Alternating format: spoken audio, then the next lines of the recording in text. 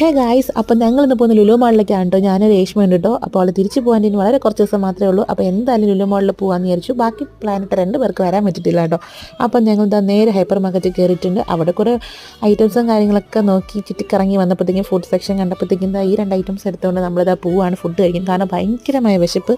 എനിക്ക് എസ്കലേറ്റർ കയറാൻ ഭയങ്കര പേടിയാണ് കേട്ടോ. അപ്പോൾ അതുകൊണ്ട് ഞാൻ ഇതാ പടിയൊക്കെ കയറി പോവാണ്. അപ്പോൾ നേരെ പോയി നമ്മൾ ഫുഡ് കഴിക്കാണ്ടോ. അതിലിതാ ഈ ഒരു ബർഗർ സംഭവം നല്ല ടേസ്റ്റ് ഉണ്ടായിരുന്നു.